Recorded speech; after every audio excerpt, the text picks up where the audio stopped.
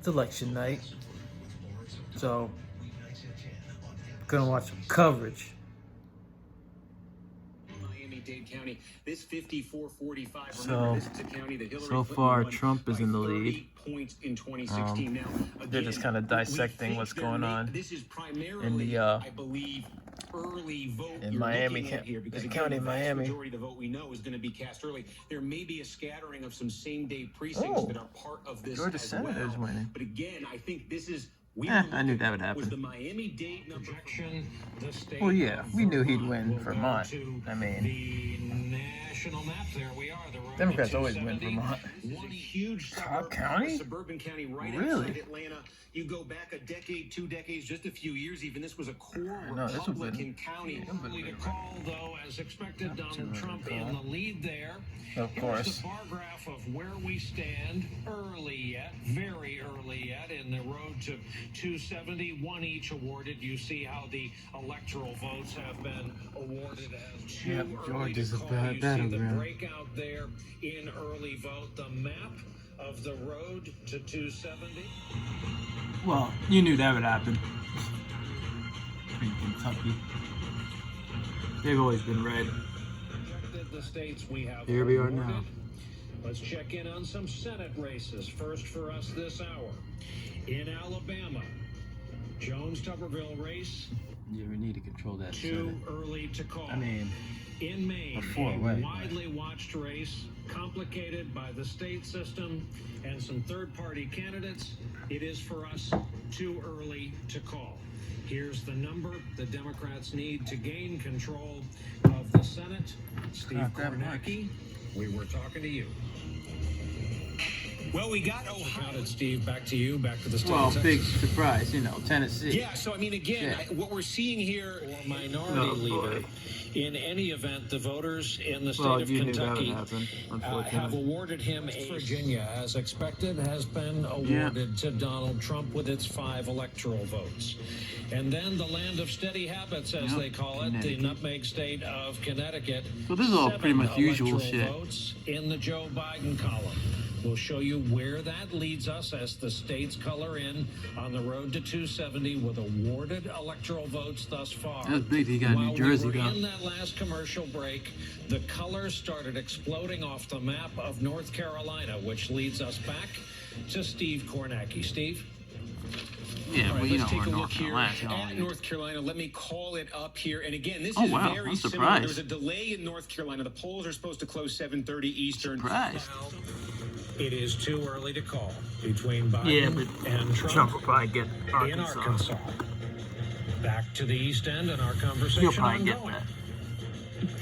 Let's bring into the conversation now our friend Chris Hayes, who has been watching these things alongside us. We still have it too early Yeah, to North call. Carolina. We could not be watching it more closely. Also, the state of Georgia. Yeah, We Georgia still is have it as too freaking early Georgia. to call. As Steve Kornacki can back us up at Freaking the Georgia. big board, Steve.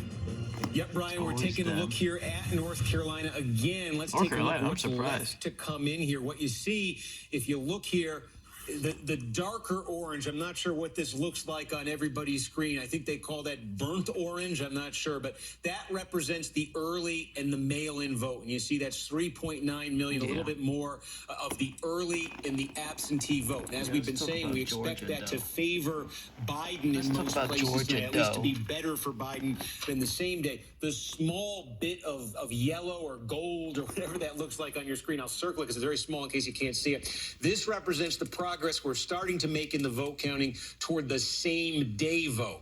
And about 1.8 million left to be counted here. Now, these are not necessarily going to be exact in terms of the split. Sometimes in the counts in these counties, there's same day vote that get mixed in with the mail and vice versa. But roughly, we think we're going to start getting a lot of same day vote here, about 1.8 million votes to come in. There are still, as you can see, some counties left he's winning that in have not Missouri. reported anything yet. They're going to report their early votes. So that number can grow Well, just a still little bit 3% still, in, too. so But based basically, Biden right now with the votes that have been counted, which is the early vote, the mail vote, and everything that's colored in right now, Biden leading statewide 52-47.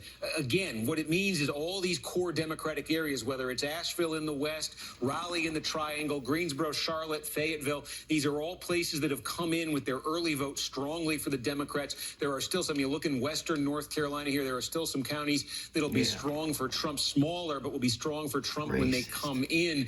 But the name of the game here for Biden is, if we get to a point here where this is all filled in primarily early vote, he wants to be ahead then because we expect same deal for Trump. Hey, Steve, forgive me.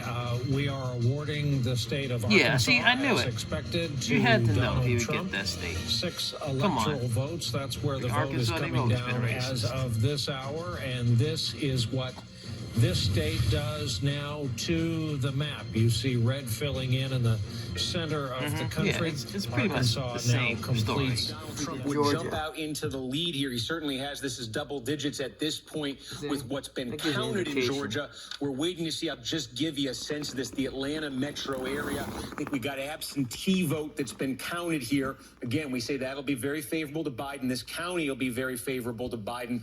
What's to come here? You're looking at about 467,000 votes still to come, and it's this entire area here that will make things. In DeKalb, there's not much that's been reported yet. Gwinnett, again, I think you're looking at early vote here. Biden up by 28. This is one of those counties, see. Clinton, it's been moving and moving and moving in the Democrats' direction. We're talking about this in metro areas all over the place tonight. Clinton won it by 6 in the early vote, Biden by 28. Let's see how much that snaps back. But for the Democrats, I think you're seeing a dynamic here where they're going to need something massive out of the Atlanta metro area, because if you just go to kind of rural Georgia, let's go to North Georgia. These are small counties, but these are just numbers-wise, the percentage of the vote Trump's best County. in 2016.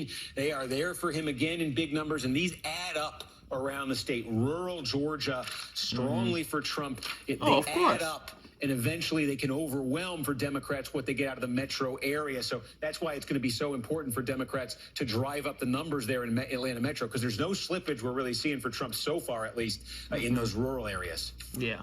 I mean, you gotta know that the state is gonna go red. I mean, that's the way they are. What? Oh, the rap? Oh, this is a Japanese thing from Grandma that put around my head to get waves. And this is too early to call in terms of NBC's projection. Joe Biden Let's will go, win New York. in New Let's York. go. Move on to Texas. New We've been York. talking about Texas. We have it to North Dakota, and But while that's it like hasn't 3 come up a lot tonight, there He is gives a that crap.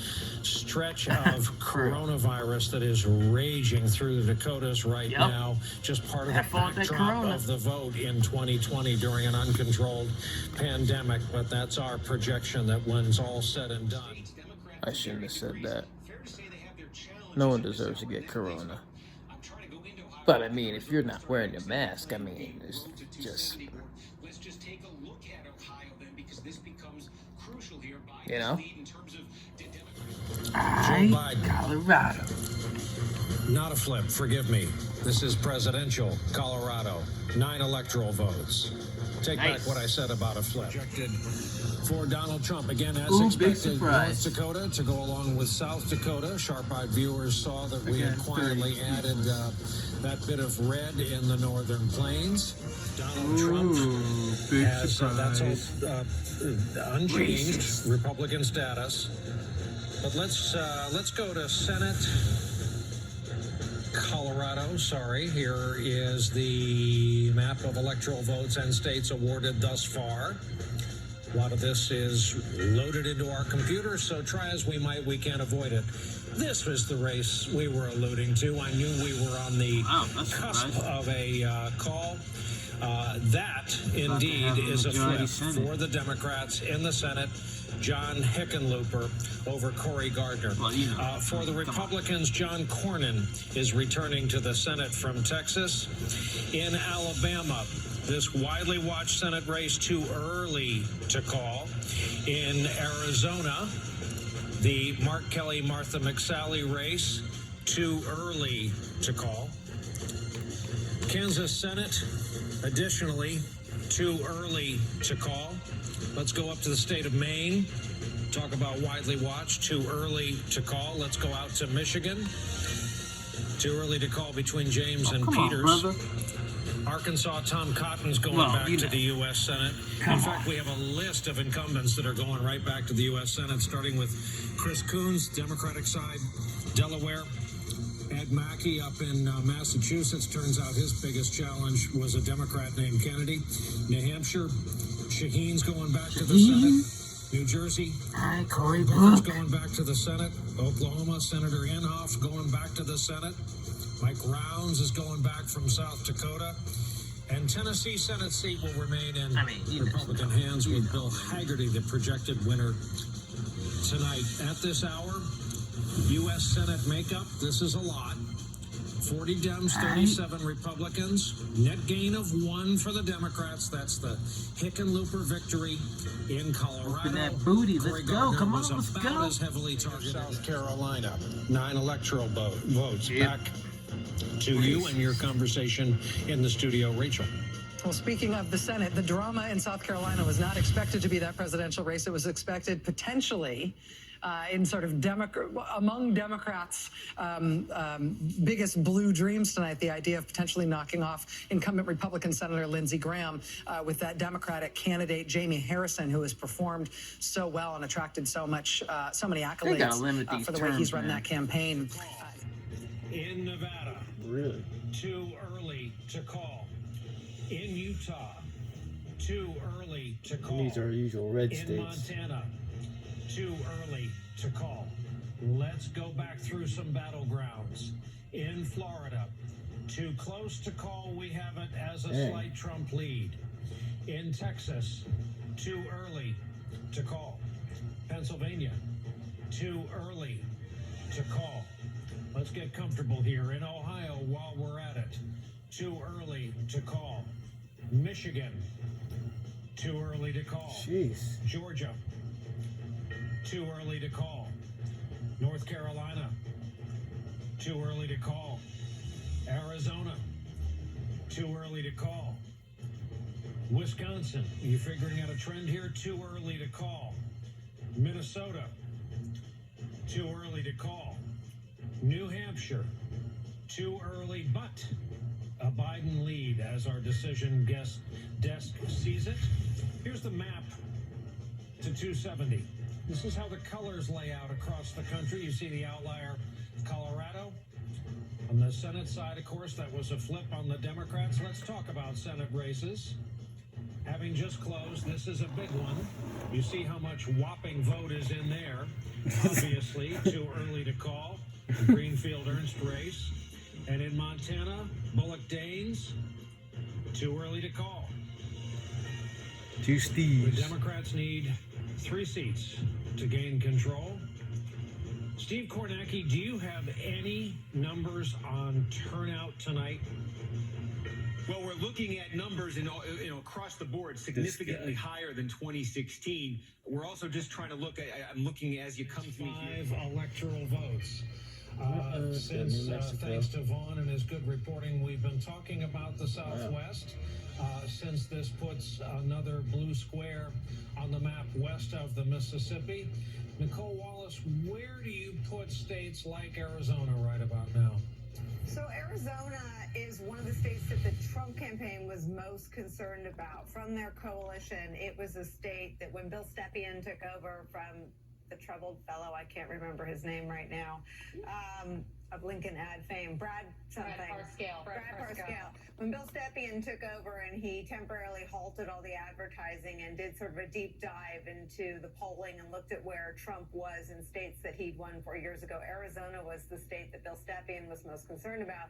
The diagnosis from the new regime at the Trump campaign was that 4 years of attacking John McCain, both while he was alive and after he was dead, had really hurt Trump there. So this is a state that has felt very soft to a normally hubristic Trump team since the beginning. Done. Democrats will retain control of the House of Representatives, and that's all we're saying. And in the state of Louisiana, Well, we have prepared to make a call When all the votes are counted, as expected, Donald Trump, the projected winner in the state of Louisiana. And as I've been speaking, we have just added Kansas, as expected, in the Trump column. Racist. Column. Let's go to the map and see where the colors work out. Rachel, back over to you. He sounds so freaking down. Senate races and presidential Still got mad races states to go. tracking one another in For electoral votes awarded to Joe Biden. We believe when all the votes are counted, differentiated by about 22,000 votes right now. Let's take a look at the map Hampshire. and see Surprise. where this leaves us as we look nationally. Again, two different trends of blue, southwest, northeast, red from the Mississippi Valley to the Atlantic seaboard, all the way up through the middle plains. Rachel? We do. This is not a flip or a surprise, but we have awarded the state of Utah and its 6 electoral votes to the Trump column. We'll convert over to the national colorized map and see that this extends past Colorado now, the block of red that starts in the middle of the country. Rachel, back to you. Interesting. In Utah in 2016, of course, we had President Donald Trump will once again be the winner in Missouri. Again, that is not a pickup for the Republicans. Missouri has been deep red and in the Republican column for some time now. But that Missouri call is now official in terms of NBC News' projection. All right, we're going to take a quick break. When we come back, again, we'll be looking at North Carolina right now, too close to call. Arizona, too early to call, but Biden characterized as being in the lead. Pennsylvania, too early to call, with not much in the way of clear expectations in terms of when we're going to know. Lots still to come tonight. Stay with us. We'll be right back. Has spoken. Neither of these are pickups. They're holds. This is Joe Biden, the projected winner of Illinois, and it's 20 electoral votes. And Senator Dick Durbin is going to remain in the U.S. Senate as well from the state of Illinois.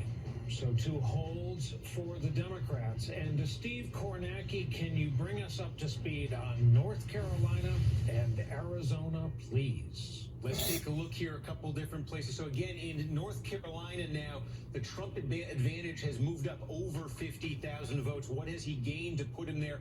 We were talking about this Union County here, big suburban, exurban county outside of Charlotte, and basically the vote is in there now. Trump's going to end up over 60%. Again, getting big same-day numbers. We saw that number lagging earlier overall for Trump. His percentage in this county, he ends up over 60%. As projected, is being projected to Donald Trump. And we've explained this before. The split congressional district, this is the western part, the part that has not been striped on our map. Rachel, please, back to your Mississippi. The projected winner is Donald Trump. Not even worth focusing. Wyoming, the projected winner is Donald Trump. Lindsey Graham is headed back to the U.S. Senate after we take a look at the road to 270. 55 electoral votes, as is our projection. Not a surprise to Joe Biden. Oregon. 7 electoral votes to Joe Biden. Washington, 12 electoral votes to Joe Biden. Idaho, too early to call. We have determined Trump leads. Here's the graphic to 270. It's 192, 114 at this hour. 270 is where you start the conversation. Here's backfilling some of the races we're watching. This is Florida. Yeah, Florida has too close to call, and we have determined this to be too close to call, though Trump leads. North Carolina, Georgia may fuck us over. Too close to call. Texas, too early to call, Trump leads. Pennsylvania, too early to call. Ohio, too early to call, Trump leads. Michigan, too early to call, period. Georgia, too early to call. Arizona, too early to call, Biden leads. Wisconsin, too early to call. Minnesota, too early to call. Iowa, too early to call. Nevada, too early to call. What are the odds? Let's look at the map. We've been watching the color-coded states get awarded all night. To think that 6 o'clock Eastern time, 5 hours ago when we started this, it was a blank gray slate. Low, they have filled in. Low, there's a lot of math to go. Steve Kornacki, what interests you that's been popping up on your map in the time it took me to read that? Quite a bit, Brian. Let's focus here. How about Pennsylvania? Because we've talked about, look, this is going to take some time because some of the counties taking a while with the mail-in ballots, but there are some counties in Pennsylvania that have counted everything and given us a complete look. And I do think this is worth keeping in mind as Pennsylvania perhaps looms larger and larger in the hours ahead. One of the reasons Donald Trump was able to flip Pennsylvania in 2016 was he ran up extraordinary margins in rural parts of the state, in western Pennsylvania, places Republicans had usually done well, but he did incredibly well in these places. And one of the questions was, would he be doing that again tonight? We are getting some full returns here. We've got just about all for here's a county we got just about everything in. Trump's running at 72-27. He's actually exceeding right now his 2016 number. This is small, but again, we've talked about this in places like Georgia tonight. Small counties with enormous margins do add up. Next door, here's a place where Trump hit 73% in 2016. Tiny, but he's hitting 73% tonight. I'm seeing this in all sorts of small counties in western Pennsylvania. That seems to be where we are getting most of the full reports out of Pennsylvania so far. Trump is in those small rural counties hitting, in some cases exceeding that 2016 number. That is only part of the story in Pennsylvania. I flag it because we're getting the full results from those counties. We are not getting the full results from places like Pittsburgh, from places like Philadelphia, from places like the Philadelphia suburbs that are key to Democratic hopes, especially in Philadelphia. That's where you're going to have a lot of lag, I think, with the mail-in voting. But I do think that's a piece of it to keep an eye on in Pennsylvania, because we've been seeing that in some other states tonight. And if the electoral college battle does come down to Pennsylvania, worth keeping that in mind. Every time we can get one of these counties up to 100%, we're going to measure it up against 2016 and tell you if we're seeing strength or weakness for one candidate. In terms Leads. Then we go to the Northeast, Pennsylvania. Too early to call, 46% of the vote in. Then we go to critical Michigan. Less than half of the vote in. You heard Heidi Prisbella's excellent reporting on the state of Michigan. It's going to be a while. And then Wisconsin. You heard Charlie Sykes, a native of Wisconsin, talk about how it's going to be a while. We're going to bring Mike Murphy into our conversation, a veteran Republican strategist, and it says a lot about strategists like Mike Murphy that he is with Republican voters against Trump. He joins us from Los Angeles. And Mike, stay right there. Don't move, because I want to bring Nicole Wallace into this as well. Nicole, people watching would be forgiven for wondering just what in hell's going on and how long this is going to go, and the state of the zeitgeist and what both campaigns are saying. So you lead off. So I've heard from folks in both camps that no one expects a result tonight. And I know we've talked a lot about anxiety as an undercurrent. We've also talked about these three states that everyone is watching: Michigan, Pennsylvania, and Wisconsin. And we now have reporting and people in the states explaining why that might be, that neither campaign expects a result tonight. Heidi, as you said, gave us a great reporting about how Michigan needs 24 more hours before they can report out their count. Pennsylvania is talking about not having those results until another day, not starting with T for Tuesday. And the same goes with Michigan. So I think the fact that both campaigns are expecting this to go on beyond tonight is not cause for alarm. It is part of the conditioning, I think, that both sides tried to give. It doesn't necessarily mean that this heads down a legal path. I guess the Biden campaign says that is still to be determined. The Trump campaign has been more hawkish about legal avenues being pursued. But it does mean that this is going to feel like something that isn't one and done. And I think Mike Murphy and I both have some muscle memory. I think a lot of folks do from the Florida recount. No one is saying it'll go on that long, but we are at least looking at something that doesn't end this evening. So you guys at least have the Florida recount in common. A lot of Democrats watching have merely sitting in their homes and watching 2016 in common. Mike, which is it? Well, it's not 2016. I mean, I think if we kind of unwind this, a lot of Democrats were looking for a quick knockout in the Sun Belt where Biden would take a red state away, particularly Florida. And it didn't happen. Now, that said, I was very busy in Florida. It's the state I know well. I did both the Jeb's campaigns down there. And Biden did well. He flipped Jacksonville. He did well in Tampa Bay. He was cooking. But Miami-Dade alone collapsed, and I mean really collapsed. Hillary won that county by 29 points, Obama by nearly 24 points. Biden will be probably getting out of there winning by about 8 or 9 points. It's the biggest swan dive in one county I've ever seen because everything else was working great. So the good news for the bad news for Biden and for Democratic psychology is the easy break his back tonight win in Florida or Georgia or North Carolina look very unlikely playing on red state turf. There's one red state left in the Sun Belt that I do think is probably going to flip to Joe Biden, which is Arizona. Could be the revenge of Senator John McCain. That's going to take a while. We need to get more vote in, but it looks very promising for Biden. Then we're down to the blue wall. And those states, because they're not used to the kind of absentee wave we're having this year, and because their rules require you to count on Election Day, are going to take a while, like all day tomorrow, maybe even into Thursday morning before we get full numbers. So I've done a lot of Michigan races. I tell everybody to take a breath and understand they're not going to get instant gratification there because they're not going to be seriously counting, the real bulk of the vote until tomorrow. Mike? Well, this is a crazy night, but I can't stay up for this. I'll have to find out the result tomorrow or next day, or if you're watching several years from now, then you already know. So, all right, I'm done.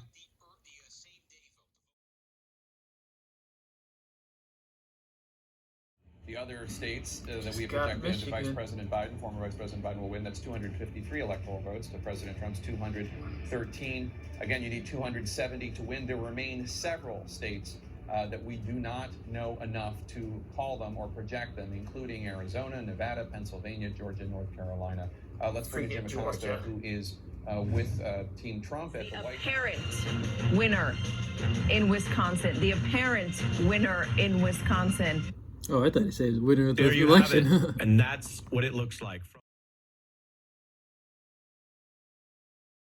Huge gap between the certainty that people who work in politics, both on Capitol Hill, in congressional offices, in campaigns, in political media, the certainty they have about this outcome, and I think what the public's perception is, because we are now here days later and votes have been moving in different directions.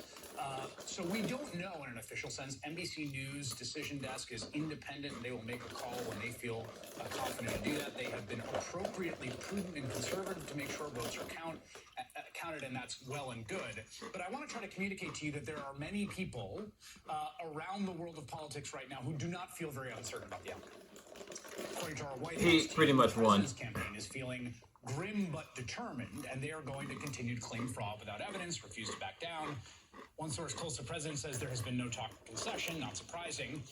In a new statement from the campaign, the president promises to pursue this process through every aspect of the law. The party has now gone to the U.S. Supreme Court and is asking the Supreme Court on an emergency basis to immediately order the Secretary of State to make sure that none of the ballots that were cast in this overtime period between Tuesday night at 8 p.m. and tonight at 5 p.m., the extended period for receiving mail-in ballots, they're saying to the Supreme Court, order the Secretary of State to make sure none of those ballots are counted until we can fully litigate whether the state had a right to extend the deadline.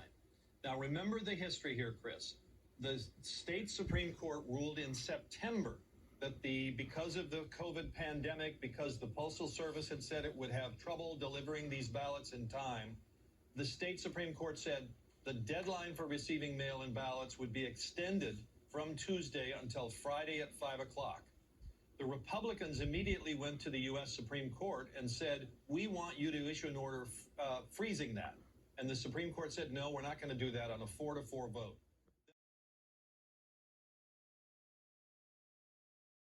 And I suspect that will continue as we move forward throughout the day. John Meacham, let me bring you in right now because judging by what the news agencies have said, what the networks have said, what newspapers have said about calling this race, you just get the feeling that with Allegheny coming with votes that are most likely going to be disproportionately breaking in Joe Biden's favor, and then the Philly votes coming in piecemeal, where Joe Biden's getting 90%.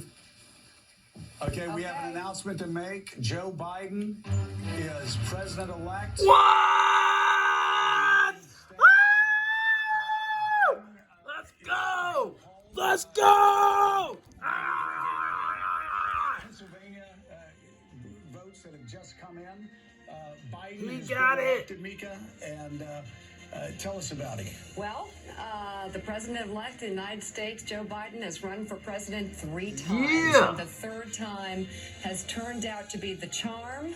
Not only the charm, but possibly the most consequential election of our lifetimes. He Get is him out. 77 years old. He was born in Scranton, Pennsylvania, but calls Wilmington, Delaware, his home.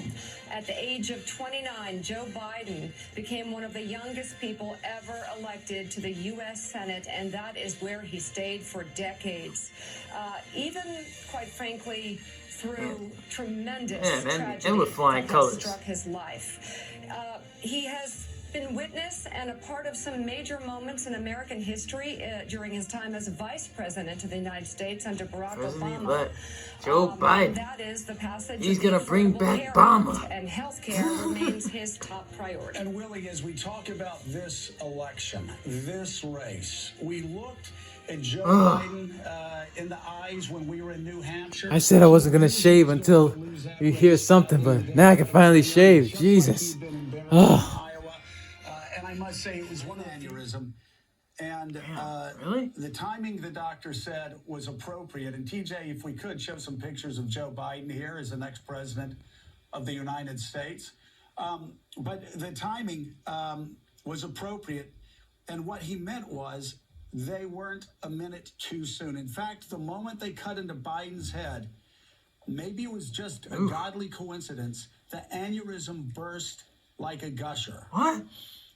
Biden was lucky. The artery burst outward toward the wall of his skull. If it had gone the other way, of course, Joe Biden would not have survived. And there were so many times in Joe Biden's life where he was dealt one tragic blow after another. Of course, the passing of his wife and his daughter in a tragic accident, Mika. And then this, finding out that he had a brain aneurysm, but also believing that he was guided by God towards a larger destiny. And that's what he said after his failure in the 1988 presidential campaign. He could not understand why he had come up short, why things had gone so badly. And then his wife, Jill, Joe Biden, Val, and all of those close to Joe Biden understood. If he had had the brain aneurysm while campaigning, he would not have come home and he would have been dead. When he woke up from that surgery, Mika, he said he understood why he had lost that race so badly. He believed that God still had a plan for his life. And here we are, 40 years later, Joe Biden is going to be the 46th president of the United States. You talk about that brain aneurysm and that moment, that bedside moment when he told his sons that he didn't need to see them grow into men because he was proud of them. You think it would end there in terms of tragedy, but then there is Beau Biden. Beau Biden, who served as Delaware's Attorney General after returning home from Iraq, where he served as a captain with the Delaware National Guard Beau Biden died of brain cancer. And Joe Biden always talks about health care being personal to him because it is. But it brings out something else that has struck me about not just Joe Biden, but Joe and Jill Biden, and knowing them over the years. Joe Biden received the first Brzezinski Award after the passing of my father for a million reasons, but the one I look to is how grounded they are. When you meet Joe and Jill Biden, you do not look at them and hear the sounds and sights, see the sights of people who are creatures of Washington. You see Scranton, you see Wilmington, you see people that are just like you and me, and that's everybody. They are people that never got changed by Washington and grounded by that. So ironic, his leadership. home state. Instead of broken by it, Gives him the grounded presidency. by it, and God bless them, they want to go back to Washington after serving there for decades, and then those 8 years serving under President Barack Obama. A lot of people, after something like that, they just want to go home. They just want to get a break. No, Joe Biden wants to go back and serve. Good day from Los Angeles, and it is my honor to announce to you that NBC News is projecting Joe Biden as the winner of the presidential election, Joe Biden as the president-elect, who will be inaugurated on January 20th. NBC News is projecting Joe Biden as the winner of the state of Pennsylvania, giving him those 20 electoral votes that enabled NBC News to make this call this morning. That puts Joe Biden, that win will put Joe Biden above the 270 electoral votes that he needs to win the Electoral College. Joe Biden now has 273 electoral votes for president. Donald Trump has 214 as of this hour. 5 states have yet to be called. President-elect Joe Biden will address the nation tonight from Wilmington, Delaware. He will be joined by Vice President-elect Kamala Harris, who tweeted this video of the moment she called Joe Biden to celebrate their win. We did it. We did it, Joe. You're going to be the next president of the United States. Celebrations are already happening across the country, including outside the White House, where cheers erupted in support of Joe Biden. Oh, all right, get it in, New York. President Trump is not there to hear it. The president is at his golf course. Here are supporters of President-elect Joe Biden celebrating his victory. And they're telling him in his car. We believed in our hearts that Biden was best for the United States. And we made history, Kamala. I'm honored and humbled by the trust the American people have placed in me and in Vice President-elect Harris. In the face of unprecedented obstacles, a record number of Americans voted, proving once again that democracy beats deep in the heart of America. With the campaign over, it's time to put the anger and the harsh rhetoric behind us and come together as a nation. The election is far from Bikini over. Monday. That is not true. This election is, in effect, over. NBC News correspondents are stationed across. He knows the people he's been associated with and the family he loves. Let's listen in.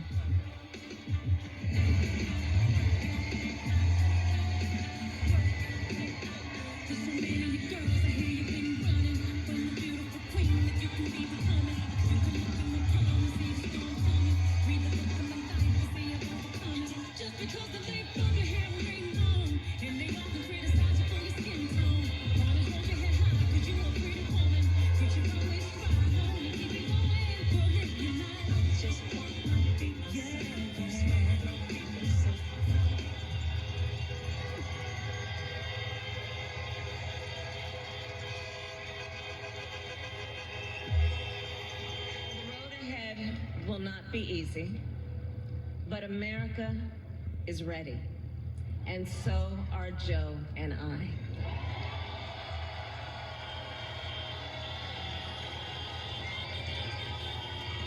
We have elected a president who represents the best in us, a leader the world will respect and our children will look up to. A commander-in-chief who will respect our troops and keep our country safe. And a president for all Americans.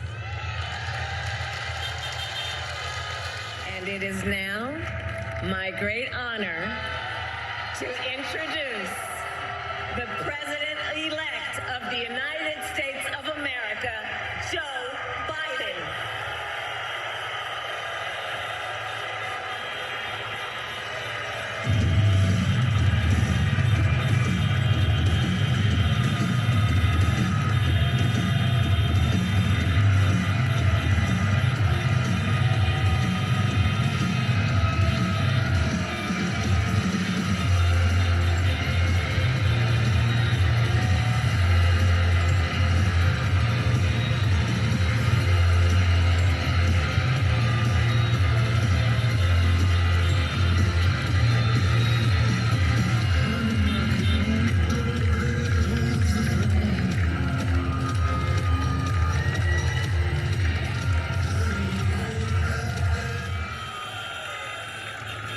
I said at the outset, I wanted to represent this campaign to represent and look like America. We've done that. Now that's what I want the administration to look like and act like. For all those of you who voted for President Trump, I understand the disappointment tonight. I've lost a couple times myself, but now let's give each other a chance. It's time to put away the harsh rhetoric, lower the temperature, see each other again, listen to each other again. And to make progress, we have to stop treating our opponents as our enemies. They are not our enemies. They are Americans. They're Americans. The Bible tells us to everything there is a season, a time to build, a time to reap and a time to sow, and a time to heal. This is the time to heal in America. Folks, our work begins with getting COVID under control. We cannot repair the economy, restore our vitality, or relish life's most precious moments, hugging our grandchildren, our children, our birthdays, weddings, graduations, all the moments that matter most to us until we get it under control. On Monday, I will name a group of leading scientists and experts as transition advisors to help take the Biden-Harris COVID plan and convert it into an action blueprint that will start on January the 20th, 2021. That plan will be built on bedrock science. It will be constructed out of compassion, empathy, and concern. I will spare no effort, none, or any commitment to turn around this pandemic. Folks, I'm a proud Democrat, but I will govern as an American president. I'll work as hard for those who didn't vote for me as those who did. Let this grim era of demonization in America begin to end here and now. Folks, America has always been shaped by inflection points, by moments in time where we've made hard decisions about who we are and what we want to be. Lincoln in 1860, coming to save the Union. FDR in 1932, promising a beleaguered country a New Deal. JFK in 1960, pledging a new frontier. And 12 years ago, when Barack Obama made history, he told us, yes, we can. Well, folks, we stand at an inflection point. We have an opportunity to defeat despair, to build a nation of prosperity and purpose. We can do it. I know we can. I've long talked about the battle for the soul of America. We must restore the soul of America. Our nation is shaped by the constant battle between our better angels and our darkest impulses. And what presidents say in this battle matters. It's time for our better angels to prevail. Tonight, the whole world is watching America. And I believe at our best, America is a beacon for the globe. We will lead not only by the example of our power, but by the power of our example. Together, on Eagle's wings, we embark on the work that God and history have called upon us to do. With full hearts and steady hands, with faith in America and in each other, with love of country, a thirst for justice, let us be the nation that we know we can be. A nation united, a nation strengthened, a nation healed. The United States of America, ladies and gentlemen, there's never been anything we've tried we've not been able to do. So remember, as our grandpapa used to say when I walked out of his home when I was a kid up in Scranton, he said, "Joey, keep the faith." And our grandmother, when she was alive, she yelled, "No, Joey, spread it. Spread the faith. God love you all. May God bless America, and may God protect our troops." Thank you, thank you, thank you.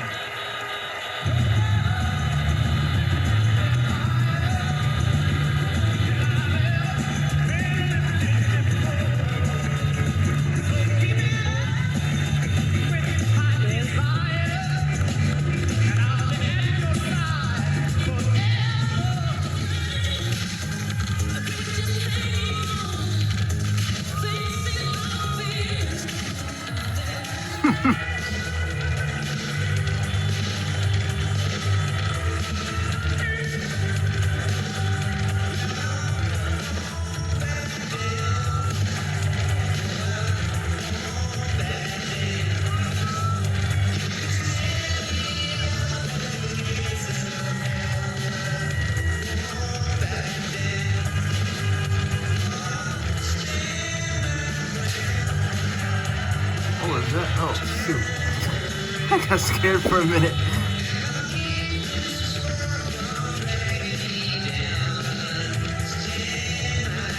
Oh, there he is. Let's see what happens. Got a lot of work to do.